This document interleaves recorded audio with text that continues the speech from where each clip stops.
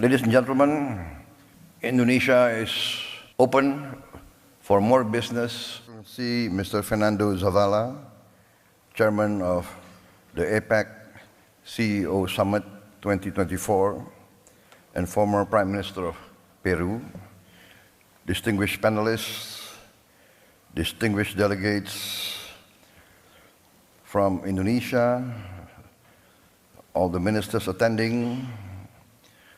I would like also to acknowledge the presence of many notable CEOs from Latin America and the Caribbean, and distinguished participants from the ASEAN Business Advisory Council. Ladies and gentlemen, I'm very honored to be invited to address this distinguished body. As we all know, that peace and prosperity is driven by economic activity, by the role of the business community, the role of entrepreneurs, the role of industry.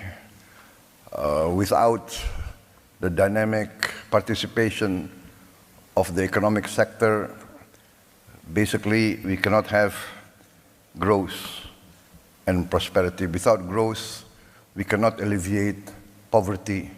We cannot create relevant employment. Therefore, I am very happy and very honored to address you, the drivers of economic growth in the Pacific region. The Pacific region, I think, is one of the most dynamic areas of the world. Economic growth, potential technological achievements, the demographics, the resources available in the Pacific and the Indo-Pacific regions all point to a bright economic future for all. We have at the present geopolitical tension, but I am an optimist in the interests of humanity. I believe that the leaders of the great powers of the world, in the final analysis, will always opt for the common good. Rivalry is historical. There will always be rivalry. But our planet has become smaller. We are now in a planet full of technological breakthroughs. The tremendous breakthroughs in technology demands that leaders be more wise, be more patient, be more accommodating, because the power of technology can bring significant progress to human life, but the power of technology can also destroy human life very fast. Therefore, I always choose the path of collaboration, engagement, communication, negotiation. Yes, we have to uphold and live by common laws, by international rules, but we must also have common understanding of everybody's interests. I come from a country now, Indonesia, one of the largest countries in the world, fourth largest population. Our territory from west to east is nearly the length of Europe. Europe has 27 countries or more. We are one country. We have our significant challenges, but we are blessed with abundant resources, significant territory, land and water.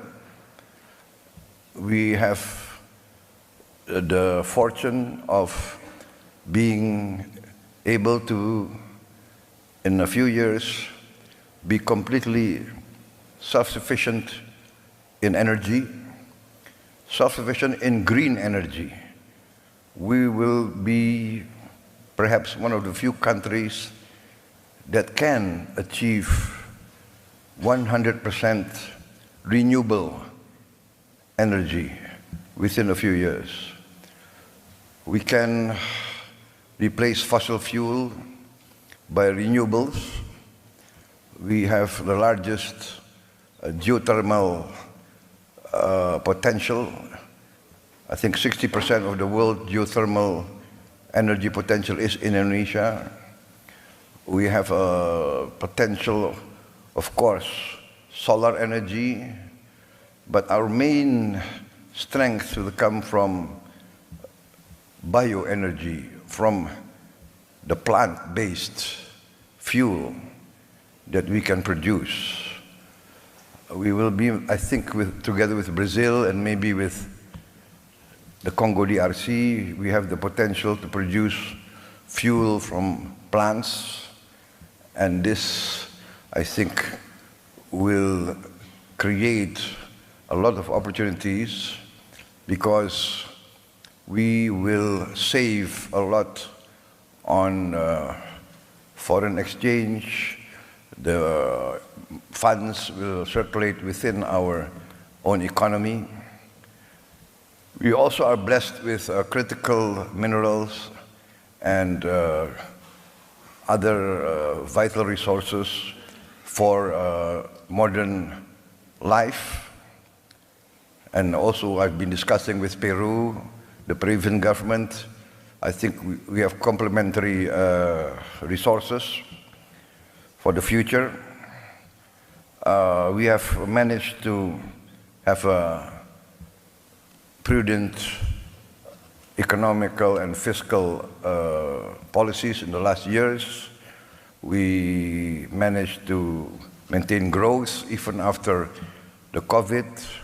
Our growth now is about 5%, higher than the global average. Our inflation is at 2%. We have challenges. We still have, I would say, we still have poverty at a large scale, large level, which I'm determined to bring down. And we do have a significant percentage of our children malnourished. I'm also determined to address these problems head on. Ladies and gentlemen, I am a firm believer in the role of private business. Before I entered government, I was also a businessman, an entrepreneur, so I do understand from both sides the concerns, the challenges faced by private business. I think private business wants a certainty of the legal system. Private business wants favorable economic climate, political climate, stability, security, and good conditions, favorable incentives, and this we are addressing. We have liberalized our laws. We open the health sector for foreign health companies. We are opening our education sector. We invite foreign universities to open campuses. We are inviting foreign hospitals to open their branches in Indonesia. we are going forward with more incentives. We have created several special economic zones, and we will create more of these special economic zones in order to invite the modern and advanced leading-edge technology, especially as the traditional economy. For instance, we are very bullish on our maritime industry, fisheries. I think we are now 3/4 of our national territory is water. We have tremendous potential for, let us say, a well-planned fishery program, aqua farming, and a lot of processing industries.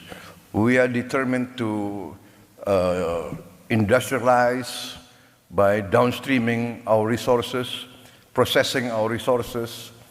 We have 26 commodities which we are determined to have a processing industry. We calculate that we need investment of around $600 billion, and we invite foreign participants to come in and take part in this. And many of the companies have been involved in our economy for many, many years. We are also pushing for more exploration of oil and gas and other minerals. So, ladies and gentlemen, Indonesia is open for more business. I'm determined to protect all investments, to give favorable economic conditions, and to be involved in the major economic organizations of the world, and to work together with all of you to create mutual prosperity. I believe that prosperity can only come from peace. Peace comes from understanding. Understanding comes from engagement and negotiation. So I'm very happy to attend this APEC summit, to renew contacts, to introduce myself, to introduce my country, and to invite cooperation between all of you, the private sector of the Pacific Basin, the Pacific world, and together to achieve prosperity. Prosperity, in the end, I would say, guarantees peace and stability. Ladies and gentlemen, I think that concludes my remarks.